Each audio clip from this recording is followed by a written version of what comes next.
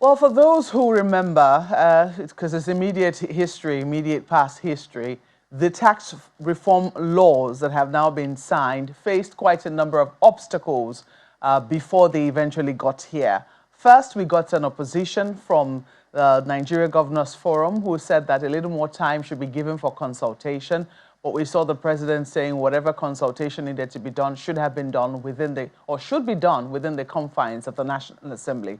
And that was precisely what happened. We also saw the opposition from labor leaders who thought that that was not going to be favorable to Nigerian workers. But I think all of that has now been put into consideration, and we now have what we have, where the president has signed those reform bills into law. We're now joined this morning to take a look at what it is that has been signed and the implications moving forward for Nigeria's tax regime. We have in our studios this morning Mr. Samuel Agbeluyi, who is the immediate past president of the Chartered Institute of Taxation of Nigeria, CITN. Good morning and welcome to Sunrise Daily this morning. Good morning. Good to be here. Thank you. Indeed. Nigerians have a saying, you know, sometimes when you look on social media, they will say, oh, what I ordered versus what I got, you know, especially when they're dissatisfied with what they got, you know, what it looked like online. I'm just wondering, because initially when these tax reform laws were, they're laws now, when they were proposed as bills, there was a lot of resistance, a lot of opposition. And I imagine that there's been a lot of give and take. For you as a tax professional, I want to imagine that you've also been through some of it. You saw the initial bill as proposed, and I imagine that you also be privy to what has now been signed. Are you satisfied, or do you think that there was too much compromise to get to where we are? Thank you very much. I am very satisfied, not just satisfied, very satisfied, because it's what we have now is a massive or material positive progress from where we were as at yesterday. So it's a big leap for the country, and so we should celebrate that major step that the country has taken together, notwithstanding the different perspective. I would rather use the word perspective instead of opposition, because a massive country like Nigeria, you don't expect that massive change to come, and everybody will say Hosanna from day one. So to that extent, many people brought forward their perspective, and of course, that also helped, not in terms of the input to the bills as it was there alone, but also it created a lot of awareness.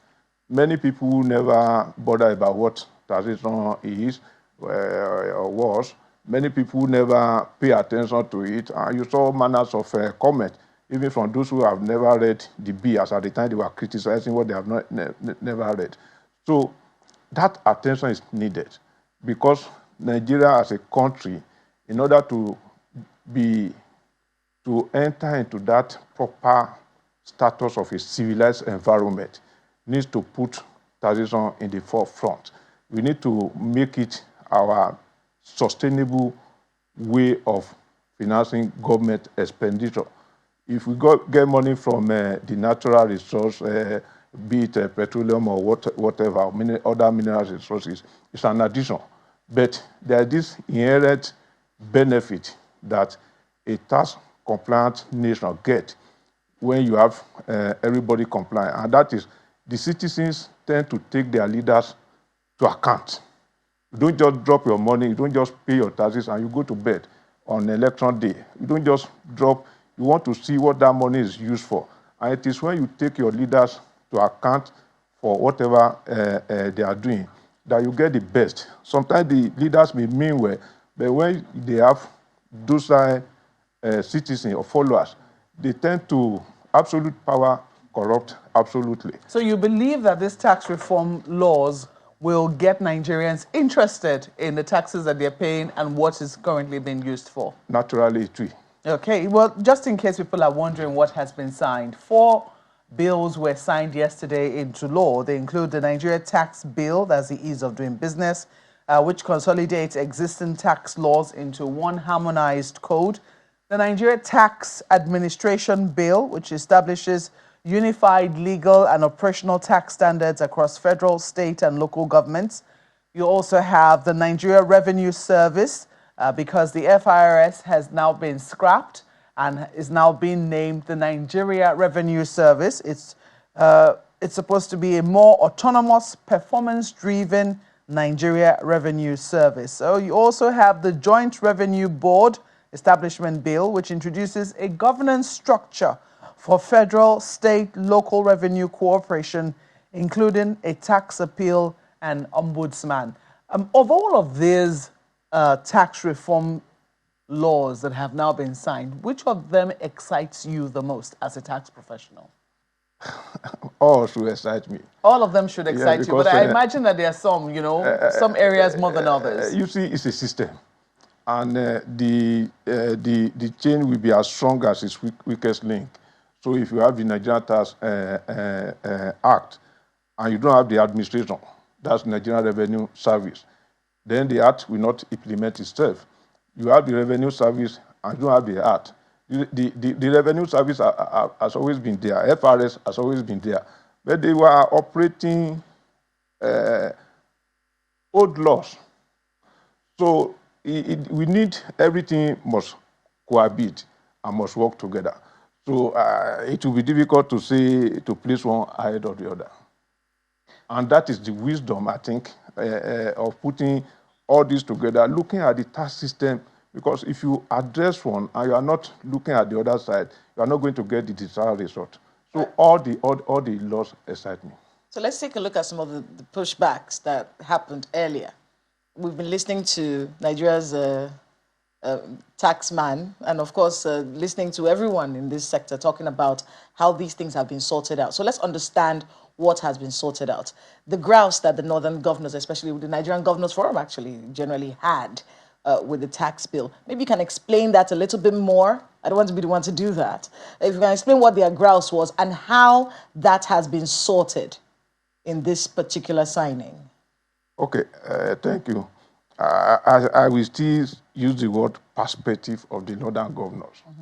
And the first is that I was a member of that committee, the Presidential Committee, and we actually consulted. But in the way of Nigeria, permit my expression, the required attention were not paid, possibly because they felt it won't have the kind of significant effect until it got to the National Assembly. So, and when it got to the National Assembly, everybody knew that something had to be done, and everybody woke up, so to say. Now, the comment centered on VAT. Yes. And not just VAT, but the distribution of the fallout of the revenue you get from VAT. That was the main point of contention as to the distribution. Initially, a lot of attention was paid to derivation. That is where you get the money from. And the point is that even as it was submitted by the committee and the president to National Assembly, derivation was to, the proposal had addressed the fear of many people. That is the headquarter effect. Yes. And Lagos State, possibly Port Harcourt, and possibly Kano, to an extent, Abuja, were the main beneficiary of that, whereby the accountant or the taxman just look at, he wants to make his annual, weekly, monthly, or annual return, and he just apportion everything to where he resides, where the headquarters is based. Yes. And so that puts some other jurisdiction in a very weak end. And I need to say at this point that VAT is a consumption tax. So you don't just consume in Lagos alone. Don't consume in Port Harcourt alone. I'll give an example of sugar. Sugar is consumed more in the north than in the south. There are statistics backing that. And so people felt, no, this was not go on. But that has actually been addressed in the original proposal that was submitted. Okay, let's agree that it was not, people didn't see it. Yes. So that became a major point of discussion. And people also felt that everybody must be carried along. And I also agree. And my comment, I appear on your television, particularly in Lagos, on the number of occasions, marketing the bills then. And my comment had always been, no state wins if the other are not winning. So you need to be, everybody must win together. So how has that been addressed? It has been addressed by placing 50% on whatever you do in your state, you get 50% of what is gotten from VAT. Okay. Then 30% for derivation, then the population gets 20%. Okay. So that has kind of assuaged the fear of some of the people. And that is what we have now. And the position of the institute that I represented as I was marketing the bills then is that it's a bill, now law, and we can amend. But let's start somewhere. Don't throw away the baby with the bathwater, because it was a positive thing that the president brought to us. One of the explanations that we've gotten from Mr. Taiwo from yesterday and of course this morning is the tax bracket situation. And just like he said, many of us, we don't like to classify Nigerians, but for this particular situation, we do have to do that classification. So just so I can understand what he's saying, if you're earning beneath 250,000, that's a two-person household with 3 children, right? So that's a 5-person household. That was the explanation he gave us yesterday. A 5-person household, 3 kids, 2 parents who are hopefully earners. 250,000 naira, no charge, no tax on that. But then there's a medium tax on the middle class, if we can say Nigeria has a middle class, and then a higher tax on the higher level people. And these amounts that are being called 250,000 naira, 1.8 million for the medium class, and then above that for the top ranking Nigerians, so to speak. Talk to us a little bit about this classification and how much money are you going to make from that? Because one of the questions people have asked is, how many people earn this 250,000? Let's start from that. If they are even considered poor based on this, 250,000 naira household is considered poor. How are you going to, be able to shore up that revenue, knowing the classifications of Nigerians? Now, minimum wage is 70,000 naira. I also listened to Taiwo, and I know that discussion took place in the course of the work. I doubt if Taiwo said 250 will not pay tax. He did. I doubt. He did. He broke it down. 3 people, the 5-people household. He talked about income from the family being 250,000. So 250,000 between 2 people. He said you will not be taxed at that bracket. 2 people. Yes. 2 people. Okay. Yes. That is 125, 125. Yes, 125, 125. Okay. So the low end, 125, 80, and the likes, you are exempted from paying taxes. Okay. That is it. And the end, I also listened to Taiwo when he was in the filler yesterday. He said the new act we have is pro-poor, and that is correct. Yes. So it is to pay attention to the poor. Whatever you earn as your income, spend it. It enhances your purchasing power. And once you have a good purchasing power, you go to the market. It also have the multiplier effect on the economy. When people have enough disposable income to go to the market, production goes up. And once you have production, it's a system. It's a cycle. So that is the attention paid to the low earners. The middle income, the rate is not as high as it used to be. That is the intention. And the intention also is to retain money in the hand of individual. That is the essence. What is done everywhere, and it's called progressive tax, is that the high earner, we call them high network individual, what they get, they need to pay more to the system. And we agree with him, we have a lot of high earner in Nigeria, and should possibly 50-70% of them start complying from next year, when this thing will be effective, then Nigeria will be on the upward swing. And the benefit, we need to say, is to the state. So we need to start paying attention to the state, not federal government. 90-95% of personal income tax is collected by the state. So the money, right as we speak, the states are getting a lot of money. They will get more from next year. It raises the question of capacity, because if we're saying that the states is going to be the focus, they are the heart of this reform bills that have now been passed into law. Yes. what about building capacity in the state? You have just alluded to the fact that this will not start, the implementation of these laws as signed will not start till next year, even though I imagine that we might start seeing changes to FIRS's names and, all in the places that they have been, that they're currently seen. I imagine that they will start changing that. But it's like implementation of this is not expected until next year. And I also imagine that capacity there'll be need to build capacity in the state. And you are a tax professional. I imagine that is also a burden that your professional body feels very strongly. What are some of the challenges you see ahead of the start of the implementation of these new reform laws? The number one challenge I see is political will. And we need to emphasize this very well on the part of the state governors, the people at the subnational, the political will. I'll give you an example. We've talked about 65 type of taxes. We talk about 70, depending on which state you are addressing. And that has been harmonized to about 9 or thereabout now. I've not seen what has been signed. The work is about 9 or 10 to have that. Now, that's a major shift from what we used to have. So the people have been collecting this extra that never got into government cover anyway. They won't give up easily. How do you address that The governors will need political will to wade in. We need the security agent to wade in. This is not the era whereby he supported my election and as a result, go to this part of the state, go and make money and recoup. This is not the era of a politician who has never added 2 plus 2, permit my language, professionally as a tax person, goes to the governor and say, okay, we supported you. I know in this market, we can make 1 billion a month. So give me the opportunity to go there.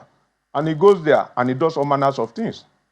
That will not help this laudable effort of the federal government. Can it be checked? So number one, so one moment. The number one is political will. It's very critical. So the laws will not implement themselves. Not at all. Do they need to be domesticated at the state level? No, the state will not. The state will not enact law for their tax. Okay. It is the prerogative of the National Assembly, and that has been done. Okay. And I think everybody is fine with that. But we are talking of implementation. Okay. The implementation number 2.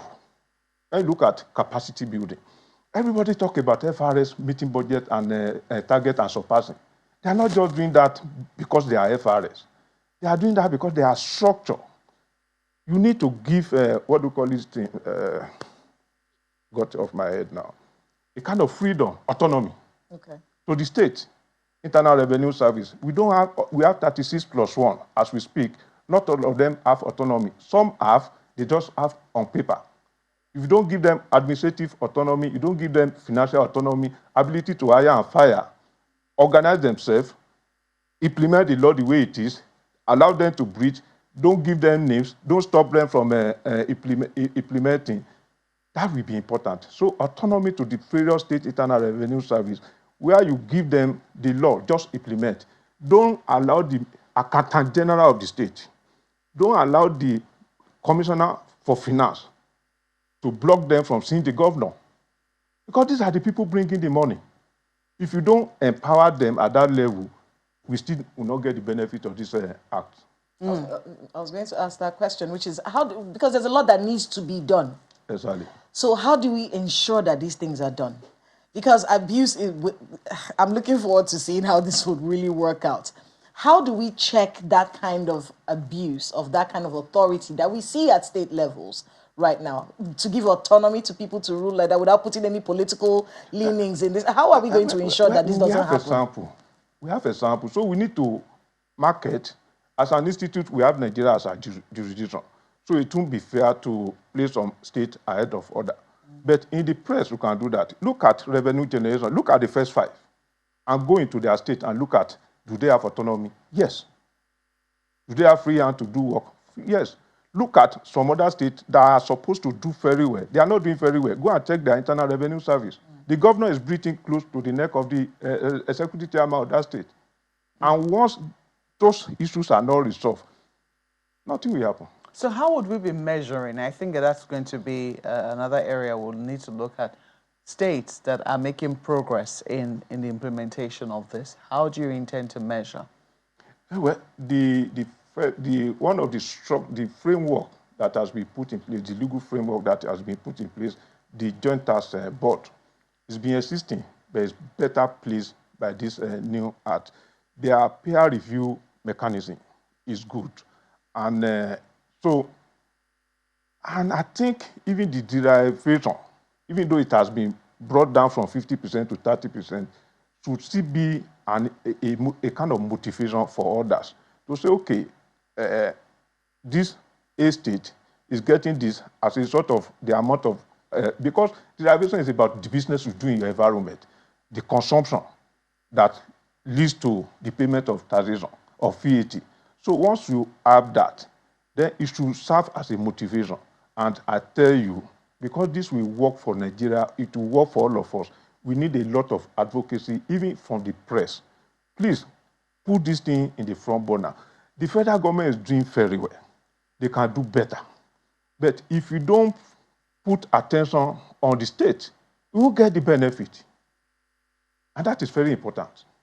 Well, I think that it's a fine place to leave it because clearly it does appear that this is the first step in a long line of things that need to be done, and it just appears that we've just been given leverage, you know, to be able to carry out these things from what it is that you have said. We have to thank you very much for sharing your insights with us. Mr. Samuel Agbeluyi is the immediate past president, Chartered Institute of Taxation of Nigeria, and is also a member of the Presidential Tax Reform Bill. So has it been disbanded now, or is there still a function for them? We're happy to go. You're happy to We're happy to go to look at the implementation. Indeed. Well, we certainly will be following up with you through the implementation process. Thank you.